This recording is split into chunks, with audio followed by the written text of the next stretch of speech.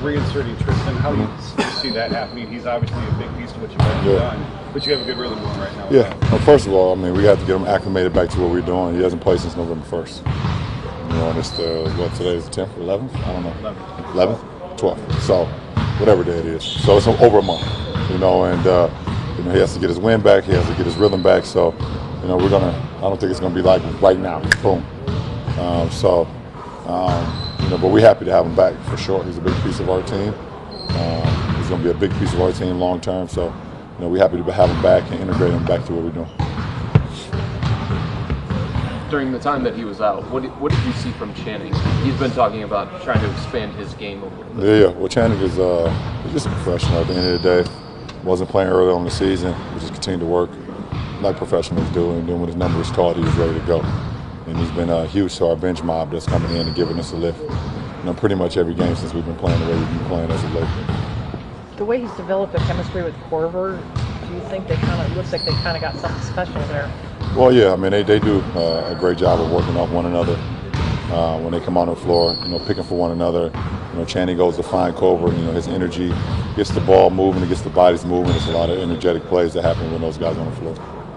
Is this the most you've played center this season? Probably. Probably, yeah.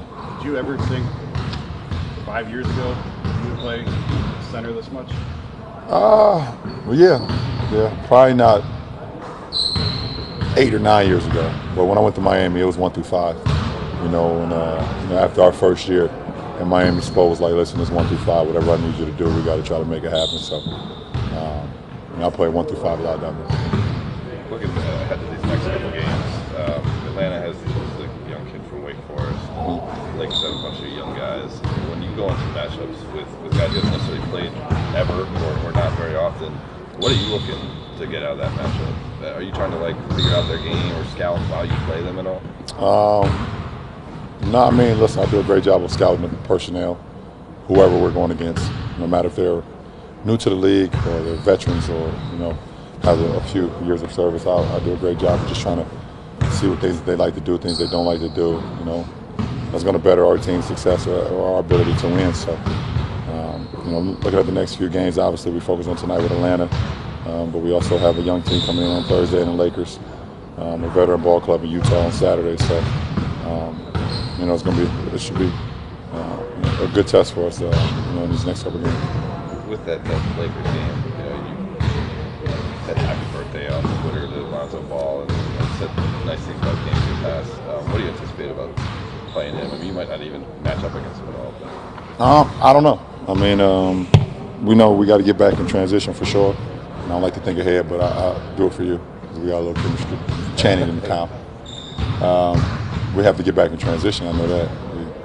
He's going to push the ball. He's going to throw it ahead, and if we jog back, then they'll make us pay. You know, a lot of the guys that like to run the floor, Caldwell Pope, Kuzma, Jordan Clarkson, Julius Randle, and the rest of those guys. So he's always looking ahead. Anything else? Do you have any theories on why your defense is kind of climbing up the ratings? Do you know what the key maybe has been? Well, we put out a defensive system and kind of stuck with it.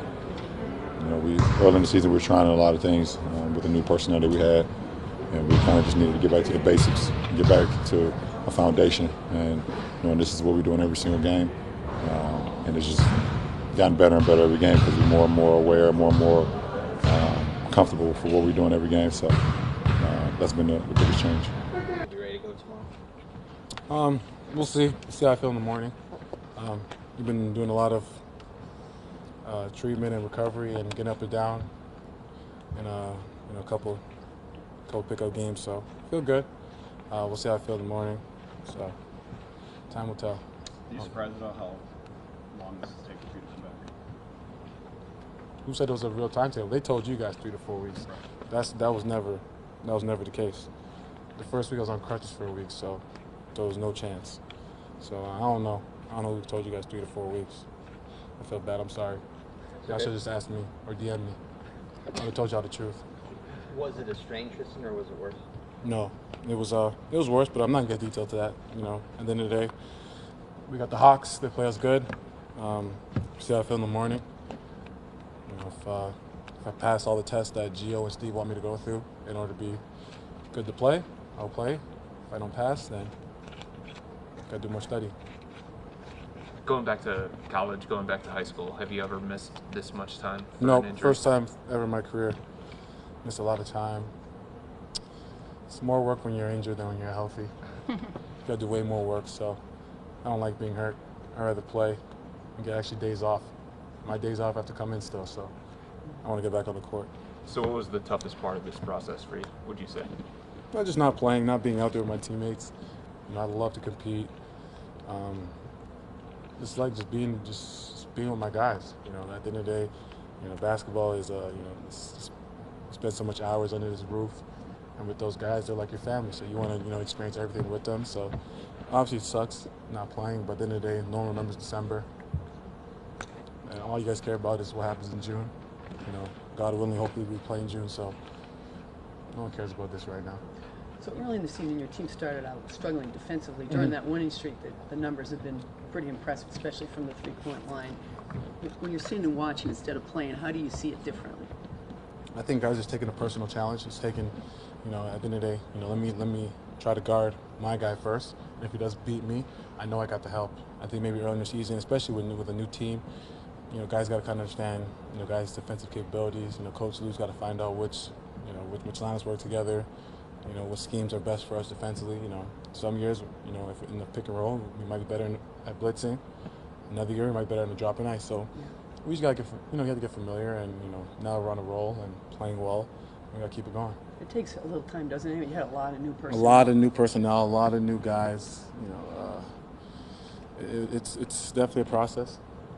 Obviously, for you guys, when we drop a couple of games, it's like hell's freezing over. But for us, we know it's a marathon. It's not a sprint. Right. So as long as you get things going in the right direction after All-Star break, it's all good. So much of your team, LeBron is really a point forward. Yeah, he is a point forward. Right. So for other teams, taking someone like Kyrie out, who was a big part. But for this team, was it a little more seamless because LeBron handles the ball so much anyway? I mean, at the end of the day, Kyrie's one hell of a player in our league.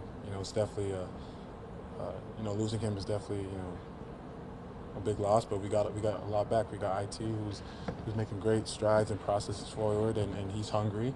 And we got Jay Crowder, he's hungry too. Those guys feel like they have to prove something, and they want to show everyone what they're capable of doing. And that's what we want. And then you have Jeff Green, who took a probably a lesser deal to come join something special, and he has something to prove. So I like we got guys that are, have a little chip on their shoulder, and for me personally, in the playoff time, that's the guys I want on my team. Guys that have chip on their shoulder and guys that are not comfortable.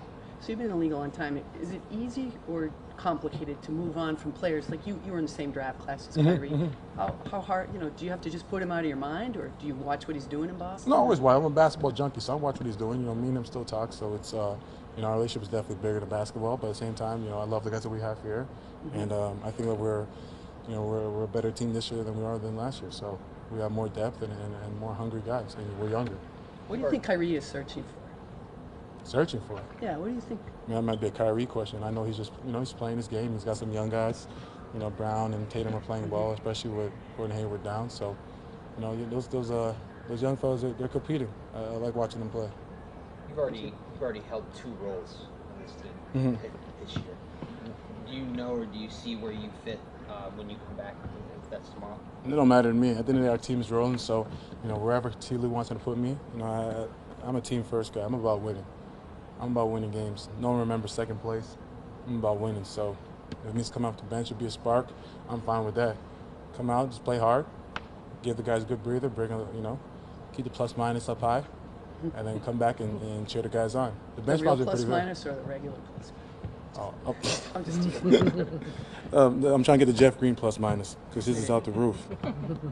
Yeah. But while the team is playing well and you're out and you're seeing how the bench has come together, the bench mob that you called it come together, do you ever have moments where you're watching them saying, wait a minute, where do I fit here? No, never. I'm actually happy for Channing. Since I've been out, I'm actually happy for him that he's able to play and kind of, show everyone that, what he can do. And Channing's got better over this year. He's always been labeled as a pick and pop big, but during this time I've been out, he's been posting up and finishing around the rim with some layups because he says he's not dunking no more, so he's finishing with some layups. So I'm happy for him. I'm happy for him that he's playing well, and we got to figure it out. I don't care. If I don't play, that's fine. As long as we're winning, I'm going to cheer my teammates on. If I play 2 minutes, 3 minutes, 20 minutes, no matter to me, as long as we win. Whether it's tomorrow or the next game, whatever it may be, what is it you're looking to bring Or onto next the- year. Yeah, so. What is it you're going to be looking to bring onto the court to the? It's the same thing I've been doing since I shook David Stern's hand in June. Just play hard and compete, energy, hit the offensive glass, guard some point guards, late shot clock, hopefully they miss. Maybe, set some good screens for Bron, set some wide penalties for Kyle. So just play my game. There's nothing pressure, just be myself. Be myself has worked out pretty well for me, I think. Tristan, you've obviously been playing with IT as you guys have been rehabbing. Mm-hmm. What have you learned about playing with him just in that process that you didn't know before? I mean, going against IT, ever since he's been in the league, he's been a competitor. I mean, he's been a dog, and going through this rehab process, we've both been just pushing and pushing each other to get back on the court because that's what we missed the most. And I can't wait for him to come back. We'll have some good pick and roll segments together, so can't wait. When you were first hurt, Kevin was talking about, I'm just holding this fort down until you come back. Mm-hmm. It's my guy, it's my partner. Yeah, he talked about how much he likes playing with you. I mean, what can you say about what he's done since you've been gone? He's been doing very well, especially in the pick and roll coverage and blitzing. Especially for Kev. It's an area that that wasn't one of his strong suits, but he's got better, and I think that's what's helped our pick and roll defense improve so much. He's stepped up and took the challenge while I've been out, and he's getting out there on the blitz and making it tough for those guys, and I think that's what's helping our defense. So, he's a big part of why our defense is, our numbers have got better. Go ahead, Jason. I was just saying the same thing. Did Isaiah and Tristan do everything today? Yeah, they did afterwards. Yeah. What about during? We didn't do much. Just walked through some defensive stuff and got a lot of shots and shooting up. They did that. Are either of them playing tomorrow? No, Isaiah's not playing. Got to see how T-Top feels after today, and see how he feels in tomorrow. But the plan is tomorrow. Yes. If Tristan does go, how would you use him? I'll show you. How close is Isaiah to playing? I'm not sure. The biggest thing just to make sure, he's 100%. I'm not trying to rush him back, and that's the biggest key so we don't have any setbacks. I know you say you didn't do a lot. Did today fulfill practice for him? For who? For Isaiah? Because I know, typically, traditionally, you want to get a guy. Well, yeah, today we watched a lot of film, walked through a lot of defensive coverages for like 30 minutes, and then we did a lot of shooting. So then, after that they played 3-on-3. So I guess you could say it was a practice. But to be clear, Tristan and Isaiah both competed in the 3-on-3. Yes. Have you had the conversation with Tristan yet about what his role is, or maybe how it might be different now that he's coming back with some of the things that transpired when he was out? Not yet. Just make sure he's going to be able to play tomorrow. So we'll see how he feels, and he pretty much knows what's going on. Regardless of how you use him, you guys are playing really well. Are you concerned at all with disrupting the flow and the chemistry and the rhythm that you've established? I mean, you have good players you're bringing back. You got a good thing going right now. I mean, it's part of the game. Everyone goes through it, and Tristan's a big part of what we do. So, how we got to figure out how we got to use him. We got to do that. So, I have a plan in place, and we'll just see how it works. It's obvious that at minimum, you guys don't want to share when Isaiah's coming back, if you even know. My question is, internally, do you have an idea or a target for when you're going to bring him back and ease him into things? Who? Isaiah. I mean, I don't understand the question. Internally, do you know when he's coming back? I don't. So it's actually up in the air within the organization. Yeah, I don't know when. Yeah, I don't know when he's coming back. With Tristan being I wish out. I did, so you can quit asking me. I really do. I really wish I knew, so I could share it. So you don't have to ask it every day. But I really don't know. I'm not hiding it. I don't. Same time tomorrow. Yeah. I mean, I really, truly, I don't know. I really don't. Yeah, and it's tiresome for us. Yeah, I know. I understand. I know it's your job, and I understand that, but I really don't know. I'm not hiding it from you. With Tristan being out, where did you miss him the most? Just rebounding, rebounding the basketball, his energy. I think defensively be able to guard, 4 or 5 positions on the floor. And, we missed that, rim protection. So he's big for what we do. How did you feel about the minutes that Channing provided during that time that Tristan was out? Because Channing, at the beginning of the season, you said you didn't know exactly when his minutes were going to come and what his role Channing was great. I mean, just, have him on the floor, the chemistry that him and Corver have together in that second unit is unbelievable. And, Channing's gotten better at passing the basketball and split action. When he catches, he doesn't have shot right to the DHO. So just his activity and movement with him and Corver together has been great for us. You mentioned that chemistry that they have together. Does that go into the process of where you're going to reintegrate Tristan? Channing and Corver, they'll be together. Good job, Chris. Well, I mean, the other thing with Tristan is if you start him, that changes a lot of what you do. I'm not going to start Tristan. Hello, Jackie. Hello, Kyle. How you doing? I'm not going to ask you about Tristan or Isaiah. Good. Does Tristan know that already?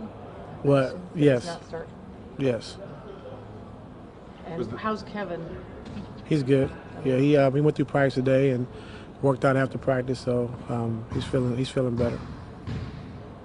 Was the decision to not start Tristan, was that in large part due to how effective Kevin has been at the 5 and that coming through the way that you wanted it? And just and how we've been playing. We've been playing good basketball right now and have a good flow and a good rhythm. And Tristan understands that. And so we're just going to keep it the same way for right now. What has made the Hawks a tough cover for you guys? I think Schroeder, he improved his jump shot. He's shooting the 3 a lot better, shooting the pull-up jumper a lot better. So you can't really go under as much, because he can make that shot. His speed and quickness, you try to switch 1 through 4, and still it's a mismatch. And then with the 5s, you try to blitz them. They got guys rolling to the basket and they can finish at the rim. So, and then they got shooters all around them, Bazemore and Babbitt, and those guys can make shots, but also put the ball on the floor. So when you have 4 or 5 guys on the floor that can shoot, but also put the ball on the floor, it makes it tough. When Tristan got hurt, Kevin kind of talked like, I'm just holding the fort down until Tristan gets back. You think Kevin's kind of come to grips with this? Keep holding the fort down, Kevin. Well, he did say that. Yeah, I heard about that. Good job.